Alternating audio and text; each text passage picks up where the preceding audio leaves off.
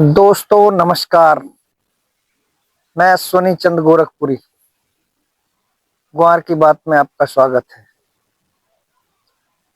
दोस्तों, मैंने बहुत सारे वीडियो बनाए आप लोगों के लिए और आप लोगों का प्यार मिल रहा है, लेकिन थोड़ा थोड़ा मिल रहा है। मैं चाहता हूं कि आप लोग अपना प्यार, भरपूर प्यार दें और मेरे जो मैंने बातें कही हैं, अगर आपको सही लगती हैं तो उसको शेयर करें और मेरे चैनल को सब्सक्राइब जरूर करें, क्योंकि उससे मेरा हौसला बढ़ेगा, मेरे अंदर उमंग आएगी और मैं आपसे अच्छी अच्छी बातें करूंगा और भी ज्ञानवर्धक बातें करूंगा, जिससे आप लोगों को भी आनंद आएगा। तो आज हम बात करेंगे, हम बात किसी भी ऐसी विषय पे बात नहीं करेंगे जो विषय हमारे जीवन को लाभ ना पहुंचाता हो। ऐसी कोई बात नहीं करेंगे। हम एक ऐसी विषय पर चर्चा करेंगे जो हमारे जीवन को लाभ पहुंचाता हो।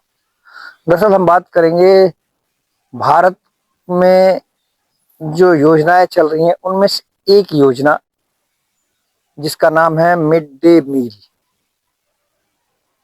ये मिड डे मील की योजना भारत सरकार ने चला रखी है और बहुत दिनों से चल रही है। तो मैं इस मिड डे मील की योजना के बारे में बताना चाहता हूं आपको। और ये योजना, मैं ये मानना चाह मैं जान मैं ये कहना चाहता हूं आप लोगों से कि ये योजना गवर्नमेंट ने जिस उद्देश्य से चलाई है उस उद्देश्य को ये पूरा तो करता नहीं, और इसकी जगह मेरी बताई हुई एक योजना अगर गवर्नमेंट चलाए और आप लोगों को भी वो बताई हुई बातें अगर आप लोगों को पसंद आए, तो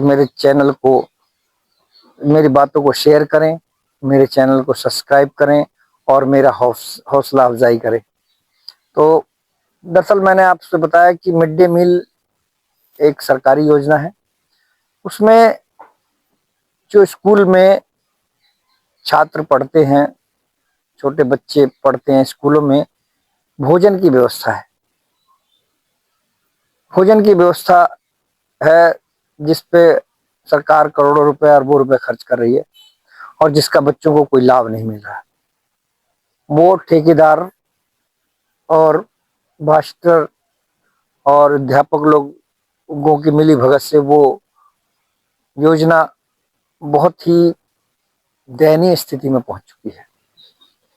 और मिड डे मील में जो भोजन दिया जाता है, उस भोजन से बच्चों के अंदर कोई ताकत तो हो नहीं रही, जबकि स्वास्थ्य भोजन का जो है वो प्रोग्राम था कि बच्चों को स्वस्थ भोजन मिले, उनकी सेहत सही रहे। तो इस पर्पज से ये योजना लाई गई थी, लेकिन इसमें बच्चों को स्वास्थ्य लाभ मिलने की बजाय उनको जहर परोसा जाता है। कभी छिपकली आती है तो कभी घटिया बासी खाना होता है। ये ठेकेदारों का बनाया हुआ खाना है, या फिर अगर किसी स्कूल में भी बन रहा है तो उसमें उतनी लगन, उतनी मेहनत से नहीं बनता, उतनी पौष्टिकता उसमें है या नहीं है उसकी न कोई जांच करता, न कुछ कुछ भी परोस दिया जाता है बच्चों। तो मैं तो यही कहूंगा कि इस योजना की जगह अगर हम सरकार से सब भी मिल करके रिक्वेस्ट करें कि इस योजना को बंद किया जाए और इसकी जगह सपोज कीजिए, मान लीजिए कि हम को इस योजना में एक छात्र पर अगर सरकार 100 रुपए रोज का खर्च करती है, तो वो रुपए किसी तीसरे के हाथ के बजाय उस बच्चे के अकाउंट में डाला जाए। जो बच्चों का अकाउंट खुलवा दिए जाए। अब जनधन योजना के तहत अकाउंट तो खुले ही हैं, तो बच्चों के भी अकाउंट खुलवाए जाए। दिल्ली में कई बच्चों के अकाउंट खुले हुए हैं, खुल जाते हैं। अब तो आधार बन गया है, उसके अंदर बच्चों का अकाउंट खुलवाया जाए और उसमें 100 रुपए रोज प्रतिदिन जो मिड डे मील को दिया जाता है, खर्चा आता है, वो खर्चा डायरेक्ट बच्चों के अकाउंट में डाला जाए। उससे होगा क्या दोस्तों? उससे ये होगा कि जब बच्चा पहली क्लास से पढ़ेगा, सरकारी स्कूल में जाएगा, तो उस दिन से लेकर के और 12वीं कक्षा तक, यानी 12 साल तक अगर वो छात्र पढ़ता है और पढ़ने के बाद जब उसकी 12वीं तक पढ़ाई, 12वीं तक तो बच्चा बड़ी क्लासों में जाना शुरू हो जाता है और उसका वो अपने भविष्य को तय करना भी चाहता है। उसे पता है कि मुझे क्या करना है, आगे बड़ी पढ़ाई करनी है या आगे कौन सा कोर्स करना है या आगे मुझे पढ़ाई करनी है या नहीं करनी है।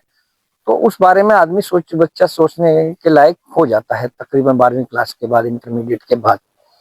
तो अब हम सोचे कि अगर 100 रुपए रोज के हिसाब से अगर बच्चे को मिड डे मील के पैसे उसके अकाउंट में जमा हो रहे हैं, तो आप समझिए कि एक साल में 365 दिन है, तो लगभग 35-36 हजार रुपए उसके अकाउंट में आएंगे साल के। और उसको 12 से गुणा कर दिया जाए तो 3.5-4 लाख रुपए की एक रिस्पेक्टेबल अमाउंट उसके अकाउंट में चला जाएगा। और अगर 4 लाख रुपए, और अगर 12वीं क्लास तक अगर उसको बॉन्डिंग कर दिया जाए कि जब तक वो 12वीं क्लास क्लियर नहीं कर लेता तब तक वो पैसा वो निकाल नहीं सकता है, कोई भी नहीं निकाल सकता उसको। तो 12वीं क्लास में जब वो पूरी करेगा और आगे वो अगर मेधावी छात्र होगा, आगे पढ़ना चाहेगा, तो उसको 4 लाख रुपए की मदद अगर उसे मिलेगी तो वो अच्छी पढ़ाई कर सकता है, डॉक्टर इंजीनियरिंग के लिए सोच सकता है। और उसमें कुछ पैसे और मिला करके वो डॉक्टर इंजीनियर अपनी अच्छी ग्रेजुएशन, अपनी अच्छी पोस्ट के लिए पढ़ाई कर सकता है, उसमें उसकी मदद करेगी।